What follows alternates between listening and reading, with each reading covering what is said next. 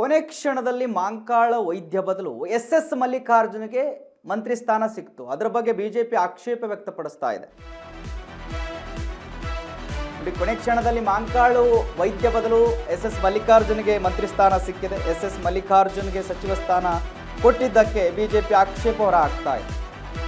ಮಾಂಕಾಳ ವೈದ್ಯ ಅವರನ್ನ ಕೈ ಬಿಡಲು ನಿಜವಾದ ಕಾರಣ ಏನು ಹೇಳಿ ಅಂತ ಹೇಳಿ ಕೇಳ್ತಾ ಇದೆ. ಸುದ್ದಿಗೋಷ್ಠಿಯಲ್ಲಿ ಪರಿಷತ್ ಸದಸ್ಯ ಎನ್ ರವಿಕುಮಾರ್ ಪ್ರಶ್ನೆಯನ್ನ ಮಾಡ್ತಾ ಇದ್ದಾರೆ. ಇದರ ಬಗ್ಗೆ ಮಾಂಕಾಳ ವೈದ್ಯಗೆ ಸಚಿವ ಸ್ಥಾನ ಕೊಟ್ಟರೆ ಯಾವುದೇ ಲಾಭವಿಲ್ಲ ಅನ್ನುವುದು ನಿಮ್ಮ ಅಭಿಪ್ರಾಯ. ಲಾಭ ಇಲ್ಲ ಅಂತ ಹೇಳಿ ಕೊಟ್ಟಿಲ್ಲ ನೀವು, ಅದಕ್ಕಾಗಿ ಎಸ್ ಮಲ್ಲಿಕಾರ್ಜುನ್ ಅವರಿಗೆ ಸಚಿವ ಸ್ಥಾನ ಕೊಟ್ಟಿದ್ದಾರೆ. ಕಾಂಗ್ರೆಸ್ ವಿರುದ್ಧ ಬಿಜೆಪಿ ಎಂಎಲ್ಸಿ ರವಿಕುಮಾರ್ ಆಕ್ರೋಶವನ್ನು ವ್ಯಕ್ತಪಡಿಸ್ತಾ ಇದ್ದಾರೆ. ಎಸ್ ವೀಕ್ಷಕರೇ, ನಿನ್ನೆ ಫಸ್ಟ್ ಲಿಸ್ಟಲ್ಲಿ ಮಾಂಕಾಳ ವೈದ್ಯ ಅವರ ಹೆಸರಿತ್ತು ಸಚಿವ ಸ್ಥಾನದಲ್ಲಿ.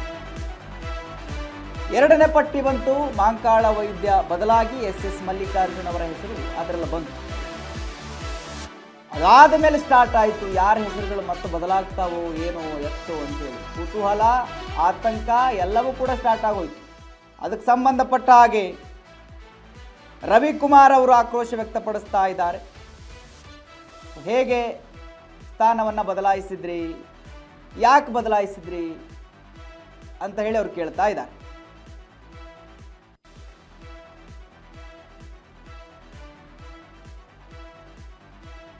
ವೀಕ್ಷಕರೇ, ಭಾರಿ ಚರ್ಚೆ ಆಗ್ತಾ ಇತ್ತು ನಿನ್ನೆ ಎಲ್ಲ. ಮಾಂಕಾಳ ವೈದ್ಯ ಅವರು ಫಸ್ಟ್ ಪಾಪ ಸೆಲೆಬ್ರೇಷನ್ ಎಲ್ಲ ಮಾಡಿದ್ರು, ಅವರು ಖುಷಿ ಪಡ್ತಾ ಇದ್ರು. ಕಾರ್ಯಕರ್ತರು, ಬೆಂಬಲಿಗರು, ಅಭಿಮಾನಿಗಳು ಅವ್ರನ್ನ ಎತ್ಕೊಂಡು ಕುಣಿಸ್ತಾ ಇದ್ರಪ್ಪ.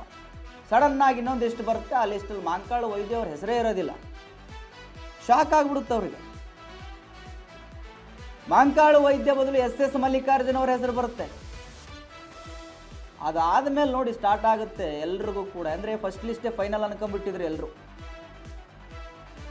ಅದಾದ ಮೇಲೆ ಚೇಂಜಸ್ ಆಗಲ್ಲ ಅನ್ಕೊಂಡ್ಬಿಟ್ಟಿದ್ರು. ಬಟ್ ಯಾವಾಗ ಮಾಂಕಾಳು ವೈದ್ಯ ಅವರ ಹೆಸರು ಬದಲಾಗಿ ಎಸ್ ಮಲ್ಲಿಕಾರ್ಜುನ್ ಅವರು ಹೆಸರು ಬಂತು ಎರಡನೇ ಲಿಸ್ಟಲ್ಲಿ, ಇನ್ನು ಯಾರ್ಯಾರ ಹೆಸರು ಬದಲಾಗುತ್ತಪ್ಪ ಅಂಥೇಳಿ ಆತಂಕದಲ್ಲಿದ್ದರು. ಬದಲಾದವು, ಅದಾದ ಮೇಲೆ ಬದಲಾದವು ಮತ್ತೆ ಮತ್ತೆ. ಸೊ ಅದಕ್ಕೆ ಸಂಬಂಧಪಟ್ಟ ಹಾಗೆ ರವಿಕುಮಾರ್ ಅವರು, ಎಂಎಲ್ಸಿ ರವಿಕುಮಾರ್ ಅವರು ಆಕ್ರೋಶ ಹೊರಹಾಕ್ತಾ ಇದ್ದಾರೆ. ನೀವು ಮಾಂಕಾಳು ವೈದ್ಯರಿಗೆ ಏನು ಸಚಿವ ಸ್ಥಾನ ಕೊಟ್ಟರೆ ಲಾಭವಿಲ್ಲ ಅಂತ ಹೇಳಿ ಈ ತರ ಮಾಡಿದ್ದೀರಿ ಅಂತ ಹೇಳ್ತಾ ಇದ್ದಾರೆ.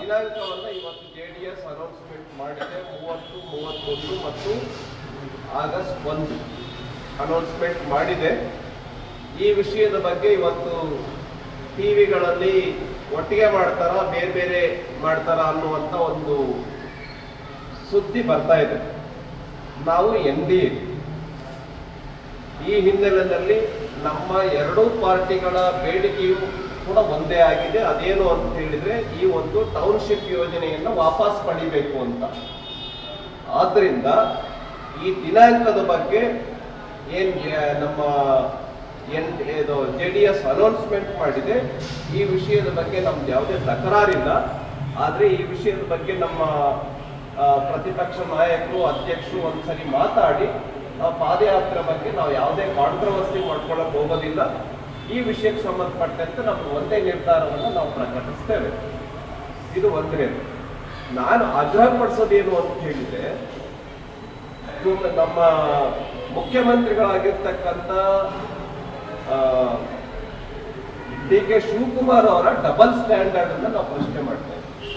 ನೀವು ಹೇಳ್ತಾ ಇದ್ದೀರಿ ನಾವು ಯಾವುದೇ ಕಾರಣಕ್ಕೂ ಕೂಡ ಒತ್ತಾಯ ಪೂರ್ವಕವಾಗಿ ಜಮೀನನ್ನ ವಶಪಡಿಸಿಕೊಳ್ಳಲ್ಲ ಅಂತ.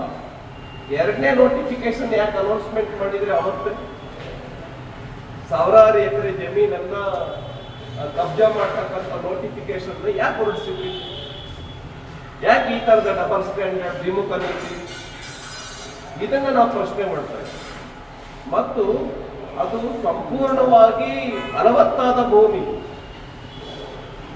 ತೆಂಗು, ಅಡಿಕೆ ಮತ್ತು ತೋಟಗಾರಿಕೆ ಬೆಳೆ, ವಾಣಿಜ್ಯ ಬೆಳೆ ಸಮೃದ್ಧವಾಗಿ ಬೆಳೆತಕ್ಕಂಥ ಒಂದು ಫಲವತ್ತಾದ ಭೂಮಿ.